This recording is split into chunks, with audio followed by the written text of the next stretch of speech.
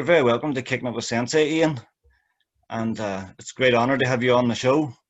Thank you very much. And if you'd just like to give the audience a little bit of background on yourself. Yeah, so about 49 years old, living northwest England, the real northwest, I always say, not Manchester or Liverpool. I'm 3.5 hours north of North.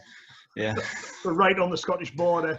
Yeah. Started training karate when I was 11, I think. And still practicing that to this day. And trained in a few other things as well.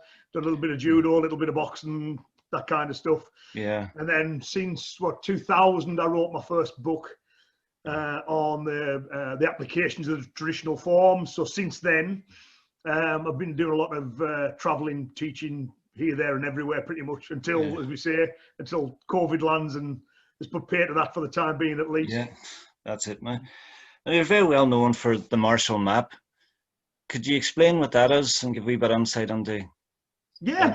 So that's I'm trying to think how long ago that was now, but I did that. It was like an extended podcast on this. It was effectively like a Venn diagram. So it was an idea where it had 3 overlapping circles. Yeah.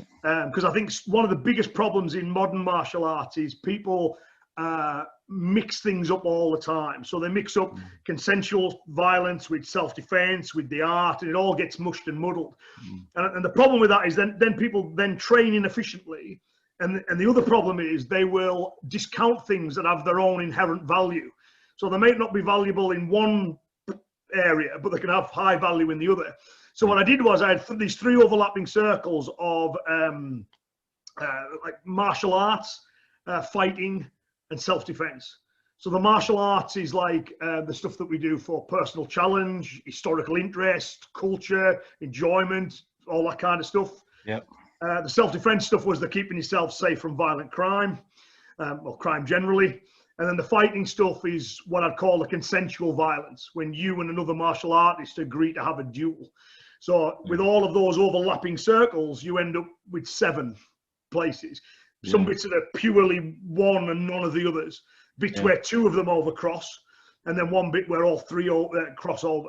And I went through each of those and explained what would fit where. And it has proved quite popular because it did achieve what I wanted it to do, which is to get people to think about how they're training and what bits are relevant to what, and not to apply judgment on something just because it's not relevant in one section.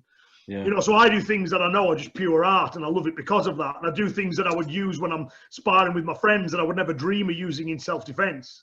Yeah. You know what I mean? I think sometimes I think self-defense in particular ends up being the gold standard by which all else should be judged. Yeah. And then we forget about the inherent value that other areas have as well. So quite pleased with that contribution because it does seem to have been quite popular. It does, yeah. I had a very similar theory a few years back, and then someone sent me the podcast. And just a message on it, Ian has simplified your theory. So it was, I had the 4 ideas, I had the sports, self-defense, traditional value and significance, and the health and well-being. It was the same thing. He goes, well, Ian has just put it onto 3 circles. Because the sport would fit into the fighting element. But as we talked about, because then if you do the sport, though, that's a healthy lifestyle, right? Yeah. So therefore, there's like a friend of mine, right, used to box a lot, and we talked once about self-defense. He says, you know, for me, because I haven't got time to get in a fight, I'm never out the gym. You know, so there's that the healthy lifestyle means that he's not living his life in such a way that's likely to bring him into conflict with violent crime. Yeah. And so that's the sports side of it, but it's also got benefits in terms of it keeps him fit and healthy as well, you see, which is the martial arts side of it. And then if he gets interested in boxing history and statistics, he's in the martial arts realm. So it all overlaps. Yeah. And what's your views on martial artists teaching self-defense? Do you think they're covering the full topic really, or... I know you've been known to say that martial artists don't make great self-defense instructors. Yeah, you're setting this up for me no, that's it. I've said it. Yeah, martial arts instructors are often the worst self-defense instructors, and it goes back to that map. Is because there is a difference between the two, but they don't understand there's a difference between the two. So they teach what are perfectly legitimate fighting skills, and then miss the big picture entirely. So they don't talk about crime statistics, the nature of crime. They don't talk about personal security, home security, de-escalation, body under stress, legalities, domestic violence. Yeah. You know, all of that kind of stuff would fall under the self-defense category, but has nothing to do with two guys stepping onto a mat to determine who's the best fighter. So if they're teaching that one thing, they're missing everything else. And sometimes Jamie Clubb calls it the byproduct myth, where they'll point to the similarities, which are there. I mean, a punch is a punch, right? But then they'll ignore the massive differences, which are huge. I mean, there's things even right down to the fact you've got a different student. If I teach martial arts, I've got someone who says, I want to learn this, and I'm going to devote the next 10, 20, 30 years of my life to getting good at this. When I teach self-protection, sometimes I have them for an hour, half a day. You know what I mean? And so there's no point teaching them, look, here's the finer points of how to throw a jab cross hook combination. It's irrelevant. But you can teach them like lifestyle things, personal security things that they can make use of, and very basic physical techniques, which can be effective if applied aggressively. Yeah. So they generally do it badly, but they don't know they do it badly. Yeah, there's a lot more to it than they realize, I think. But yeah, there is. And this is where it's an interesting one. I remember having a discussion with a guy about this. He said, so if they know they're not teaching it correctly, but go ahead and teach it anyway, he says that's dishonest, obviously. You know, he says, but is it dishonest when they don't know that they're not teaching it correctly? They legitimately think by teaching martial arts they're covering self-protection. Well, my thing is, yes, it is, because they're not doing due diligence. You know, if I was to offer my services as anything, I need to make sure that I know what it is I'm doing. If I want to be a plumber, I've got to prove I'm a competent plumber. So if you're saying I'm going to teach self-protection, you can't say, well, I know martial arts. It's not the same thing. And again, that's not to denigrate either.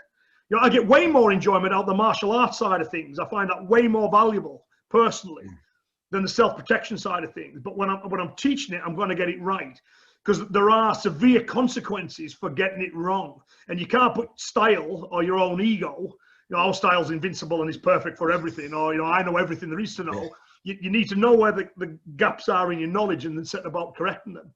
Because I've had students, I got another email yesterday from a former student who told me she'd been in a very hairy situation, and what we taught her years ago was able to work. Now, again, if I taught her, you know, he is like an advanced kicking combination and that's self-protection, people get hurt. You've got to get this stuff right. Definitely. No. And you mentioned plumber there. I believe you used to be an electrician, and then you very quickly moved from being an electrician to traveling the world teaching seminars. And how did coming on that seminar circle come about, then? Slower than it may appear, actually, I think, you know, from my end. So what happened was I took an electrical apprenticeship at 16. By 20, I was a qualified electrician.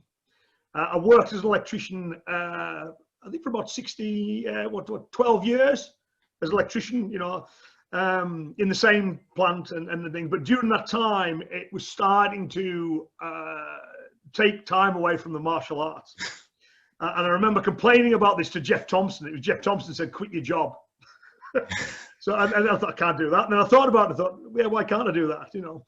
So by that time, I'd got a couple of books out as well. I had some books, some VHS cassettes. It was that far ago. So there was a little bit of income coming in. I was teaching clubs, so there was a little bit. And then what happened is, off the back end of the book, I started getting seminar requests. So it wasn't something I really went out to pursue initially. People said, will you teach a seminar?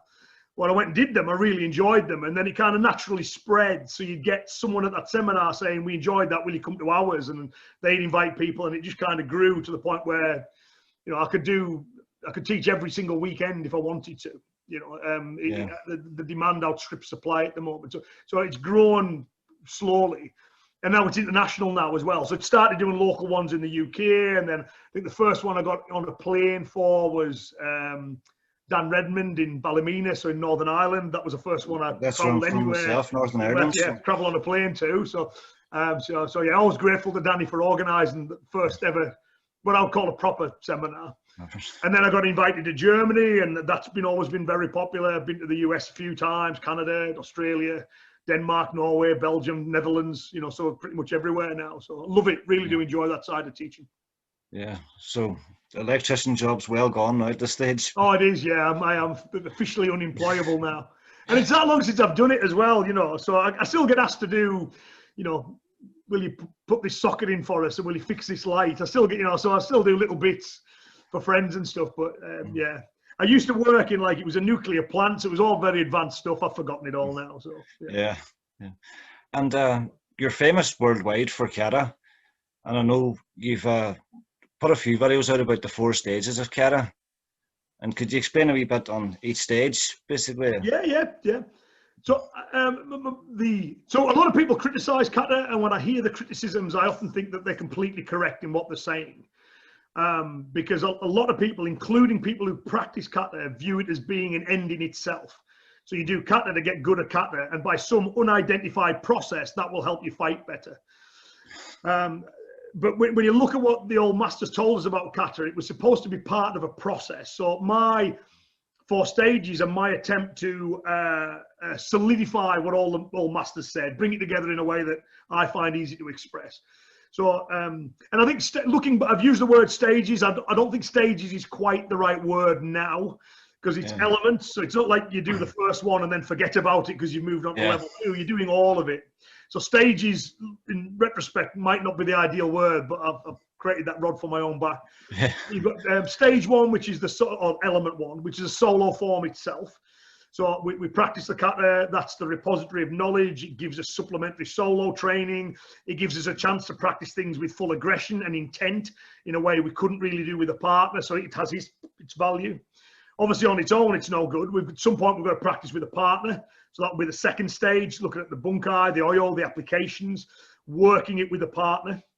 The next stage is that we understand that the example of the kata is exactly that. It's an example of concept, principles. So the third stage is where identify the underlying principles. So we learn to adapt and vary. Sometimes people struggle with that one. They're not quite sure what that means. But so as an example, in the kata, when we move at angles, that's telling us the angle we move in relation to the enemy. We can practice that through a set example with a partner. And then we need to practice employing those concepts and ideas in a more organic way. I keep the enemy in front of me. I'm not in front of the enemy. I move towards what I know. I move away from what I don't know. These are principles. And then finally, you gain live experience of doing it. So you create drills, live and semi-live drills, which allow you to practice the principles, concepts, and techniques of the kata in a free-flowing way, which in turn feeds back to the solo form. So pretty much all karateka do the kata, a smaller number do the bunkai, a smaller number still understand that it's supposed to be an example of principle, and very few gain live experience of doing it. Yeah. And that's a problem. The further you go up there, the less people you've got practicing it. But if you do all 4 elements, kata really works. Yeah. And do you think a lot of clubs and styles are actually teaching kata how it should be taught, or has it been sportified a lot? It's more of a display thing nowadays. I think we've got both. So you do get some who the objective of the kata has became the kata itself. And going back to the map, that's not a problem if you're doing it as art. Yeah. So you say, I'm doing this as pure art. I don't care whether I can apply it or not. It's just physical exercise and art, and that's fine. And I like to see a well done kata, and when I do my katas and I think I've done them well, I'm happy with myself. So I get that. So there are some that do that, and then there are a growing number of people adopting approaches like mine or similar to mine, where the kata is part of a much wider training matrix, much wider part of a process. Again, I think the problem is it's not the ones who do it as art, and it's not the ones who do it as function. It's the ones who do it as art, but think they're doing it as function. Yeah. That's where the problem lies. Yeah. And do you think we sort of have to start looking back to the masters of the past a bit more now and kind of, I suppose not evolve, but de-evolve kind of thing to get back to the roots, really? It's kind of went very sport orientated now, and I think karate's starting to lose that essence. Yeah. That it used to have. Well, I think that's, again, not anti-sport at all, but the thing with sport is it's something a limited number can do for a limited amount of time. Yeah. So once people hit mid-30s, they're not doing it anymore. So if you want karate to have like longevity, it needs to address all those elements. So it's good there's a sporting outlet for those who want to do that. It's good that we've got that. Now, we've got various forms of that, in fact, now. But if people want to practice it with longevity, and if they want some practical self-protection skills from it, physical skills, I think there's a need to go back to those older training processes, but then also look at the modern training things we can adapt as well. So that there's like a return to the original intent, but in doing that, we don't ignore all the benefits that modern training methods can give us as well. Because traditionally, that's what happened. There wasn't a single generation of karateka who kept it the same. They always tried to move it forwards that little bit. So I think we need to be doing that. But if we're going to get value from the traditional stuff, we need to understand it properly. And to do that, we've got to look at how it was practiced way back when. So from the 1940s onwards, it becomes art for art's sake. Yeah. And if you're looking for functional stills, that can definitely be an issue. Yeah. And speaking of evolving, especially during COVID now, a lot of martial arts, not just karate itself now, but have moved towards technology and Zoom apps, things like that. Do you think this is something that could be adapted full time to sort of supplement training after this pandemic? And do you think that would be a good thing for the arts? Yeah, it's. I mean, to put the marker in the sand, it's no substitute for in-person training. But as a supplement to that in-person training, I think it can be really useful. So I've had my app running since 2017. And I've seen the value that the users have got from that, kind of sharing information and updating it and doing live classes and stuff. Prior to the pandemic, I'd taught a few sessions over Zoom and stuff. And again, no substitute for being in there in person, but you can still get a lot of value out of it. So I think one of the things that those who may have been reluctant to even give it a go, because it's been forced upon them, they can see the value in it. So it's something that I want to keep on doing. I want to obviously keep running my club when this is past, and I'll still keep traveling, doing the seminars. But I also want to do more regular online sessions for people too, because it's easy. Which I have done. I've taught a session for a friend of mine in North Carolina, and I didn't have to leave my room to do it. Last week, friends of mine in Germany, we were doing some solo ground drills using the kick shield. So we did an hour and a half of that, and I was getting myself a cup of tea, and then I remember looking at my watch thinking, oh, I've got to go. I have 10 minutes time. I've got to teach in Germany. You know what I mean? So it's great because you can connect with people in a way that you couldn't, and it's convenient for people. So as a supplement to what we're doing in person, I think, it's really useful. I'm loving Zoom. I started doing these interviews about 3 months ago. And before that, I was known in the local area, but outside of that, I was virtually unknown. And now I'm speaking to guys in America, Germany, Australia. Brilliant, isn't it? Chatting about seminars after the whole COVID. So it's unbelievable. No, and this is the thing, is the one that it was pre-pandemic, but it really brought it home to me, because I am fairly active on social media and stuff. But the one that really brought it home was there was one Thursday night I was teaching in my class. One of the guys that trains there, I just tell him, if we're doing something interesting, feel free to pick up my phone and film it. So sometimes I'll share those on YouTube and in the app and stuff. So we did a pad drill, so he filmed it. So I watched it back. Thought, that's quite interesting. So I put it on Twitter. It's like 20-second clip. Here's a pad drill we did at tonight's class. I go home, I go to bed, I wake up the next morning, I'm scrolling through social media and I'm tagged in a Twitter post. And it's a guy in Canada who saw the drill, because it's early in the day for him, then went to his own dojo, taught it that night and filmed his students doing it. So in the space of 6 hours, you had a drill travel from Northern England to Nova Scotia, you know what I mean, in 6 hours.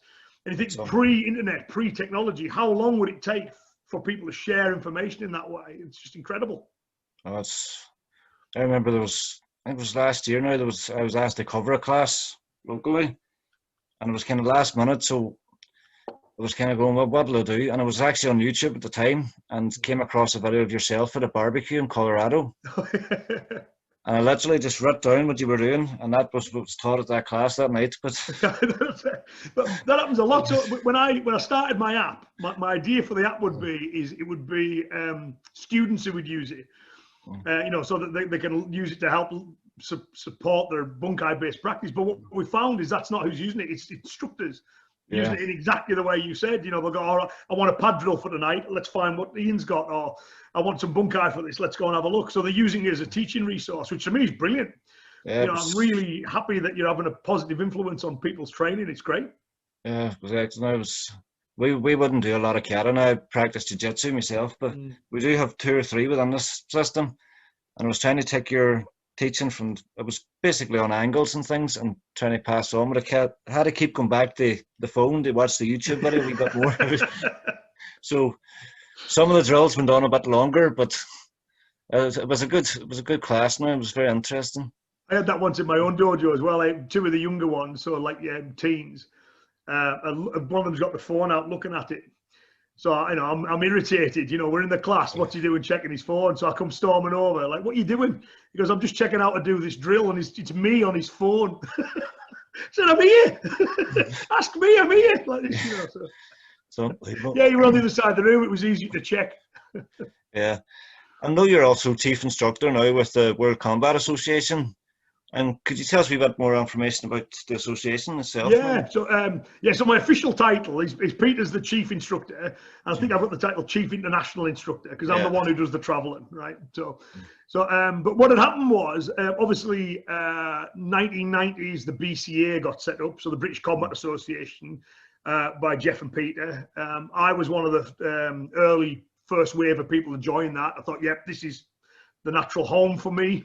Yeah. And then of course I started traveling, and then people were wanting more than just an informal connection to what we were doing. So they said, can we join your group? And well, not really, because it's the British Combat Association or the British Combat Karate Association. Yeah. They're only open to British nationals. So I had this idea in my mind for a while. I think we need like an international equivalent. So I'd mentioned to Peter about this, I'm thinking of setting something like this up. And he said, oh, well, we've had this dormant WCA here. Let's do it within that.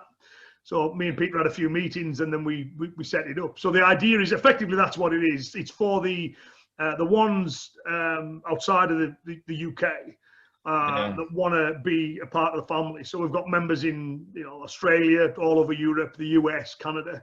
Great, again, it just gives a home for people who are doing that kind of thing to share and work information together. So, really pleased with how that's going. And he's also the combat group, and he's teach a lot of courses based around self-defense and that. And one that I've actually been very interested in was the combat diploma. And would you have more information on that? And so that's Peter's creation.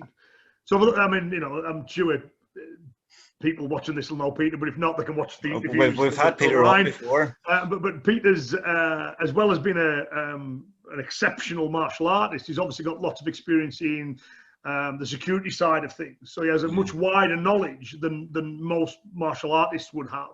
So for those who are wanting to learn those skills that you need to teach self-protection properly, Peter has to be one of the world's leading experts on that, because he's just so vast, all elements, like from military, police, bodyguarding, you name it, he's been involved. He's done everything. Yeah, I mean, and there can't be, full contact karate, points karate, bodyguarding, working as a bouncer, working as a police trainer, writing police training manuals, doing security assessments for big, there's just, you name it. I mean, I've done anti-surveillance courses with Peter and bomb awareness courses. How many martial artists know that stuff? You know what I mean? Yeah, so what Peter did was he put it all together in this combat coach program. So there's a level for people who just want to learn the basics of self-defense. There's a level for people who want to teach it. And then there's a diploma level, which is more for people who want to get involved in the corporate world, So then people can pick the level. And then what happened is, by working with Peter, Peter is happy for me to teach those first 2 levels. Obviously, the third one is beyond my pay grade. Peter, but we've had quite a few people do that over the years. It's an excellent course for those who want all those skills. Very in depth. I don't know if you've seen the folders for it, but for every level, it's about that thick. The amount of information is massive. So if people want to do it, I don't think there's a course quite like it, but there's a lot of work involved to get all that stuff internalized. Yeah. There's a lot of information. I've Peter's book Streetwise there, and it's almost like a self-defense Bible. It's unbelievable the amount of information in it. But we actually had Peter on here. It was one of the first interviews I'd done. He told me, yeah. And it's very, very interesting. And I've heard stories about that punch that he does, the double hip, and I'm just glad I wasn't in person and experiencing it. So it's one of those things, you do have to feel that to get it. So one of Peter's teachers, Kimura, always used to say, feeling is believing. Yeah. So one of the first times I met Peter was when I was looking to get my first book published. And so I was talking to Peter about this, for help with it. And we started talking about other bits and pieces. And then we started talking about the double hip, and he goes, have you felt it? And I said, well, I was going to ask, but I didn't want to appear like, the fanboy, So, we're in his office, Dawn's on the phone. So I get the etherphone pad, and he goes, oh, just nice and gentle. And it looks like he's doing this, it looks like no effort. And there's this just thud, like this shockwave through my body, into my spine, and my brain can't compute this seemingly relaxed motion and the impact I've got. So he gave me a few more like that, then Dawn gave us dirty looks because she's on the phone and I'm falling over tables and there's this big thwacking noise. Then I got outside and I thought, God, my stomach hurts and my insides hurt. And yeah, you've got to feel it to believe it. So the last time he did a course, I took an open course. I took a load of my students down and said, no one leaves. You all get punched by him. You know what I mean? Because it's a road to Damascus moment. You think you can punch hard, and then Peter hits you and you go, okay, there's another level of hard that most people haven't experienced. Yeah, it's impressive. Yeah, definitely. And what does the future hold for yourself, Ian? Is there any more books in the pipeline? Or? Yeah, but unfortunately, they're taking forever. So I've got one of my most popular books was the Bunkai Jitsu book, written in 2002, which was on the applications of the kata. That is now out of print. So rather than reprint it, I'm going to update it. And it'll be an entirely different book, but it'll be on those lines. It's like a user manual for kata. So I'm probably about, 2/3 of the way through that. Yeah. And I was hoping that this lockdown and the cat would give me time to finish it off. But it turns out rearranging seminars takes almost as much time as doing seminars. So I haven't made as much progress as I would like. But hopefully, within the next year or so, I'll have it finished off. Oh, perfect, man. I was thinking there, just with this whole COVID thing, I was expecting a whole load of new books and DVDs from different martial artists just to appear now when this ends, but we're all locked down for a year. It's a lot of time, but I look forward to that next book anyway. I've actually got your Bunkai Jitsu one. Excellent book. Yeah, well, I'm quite pleased with that one. It's just there's bits in it that you feel I would explain differently now. Having had an extra 18 odd years of teaching it to people in person, you realise you can explain it some way and people don't get it. You explain it another way and everyone gets it. Yeah. So the nice thing about doing so many seminars is I'm constantly trying to improve how I put it across. So I think I could make a much better job of a book along those lines now with that level of experience. So nothing's changed. Everything in that book is still valid, and people can still out of print physically, but it's still available on Kindle. Yeah. But the updated version, and it won't go even be by the same title, but hopefully people find that an easier one to digest. Help. Yeah, hopefully now. And finally, how can people get in contact with Ian and follow you online? And well, this is where the unusual spelling of my first name really helps, right? Because I was able to get at Ian Abernethy everywhere. So it's IAINABERNETHY. So Ian Abernethy. But so there's ianabernethy.com, ianabernethy.co.uk, facebook.com/Ian Abernethy, and I'm on Instagram and Twitter as @Ian Abernethy, all spelt the same way. Yeah. So whichever medium people prefer, they can find me there. And you've also got an excellent app available, isn't it, on the Play Store? Yeah, that's right. So there's app and play, again, same thing. If it says App Store or the Play Store, they'll find that there. That's that's my favourite project. Love that. So with the books and DVDs, when you finish them, they're done. You can't go back and change things and update things. They're done. Yeah. The lovely thing about the app is we've got over 1,000 hours of exclusive content in there now, and I added another 2 hours worth of content this week. You know, so I'll spend probably 2 days a week on it now, maybe a day and a half, just filming things, updating things, editing things. So I'm really proud of that. I don't believe it would be possible for anyone to watch and listen to all the stuff in that app. Yeah. It'll take a long time anyway. I have the app myself now, and I don't think I'm even halfway through the material. No. And every time I'm making some headway, I look and there's a load more added. So yeah, I know. There's the one like, you know, it's a tongue-in-cheek complaint I'll get is people say, you know, you haven't given me time to watch the stuff you put out last week, and you're already adding stuff this week. But yeah, no, the thing is, different people like different things, so you just watch or listen to the stuff that's of interest, you know. That's it, perfect. Well, it was a pleasure to have you on, Ian, and thanks very much for your time. No, my pleasure. Enjoyed it. And yeah. And all the best in the future, and hopefully you'll be back teaching seminars before long. Yeah. I see a light at the end of the tunnel now. Yeah, that's it. Well, thanks very much. All the best.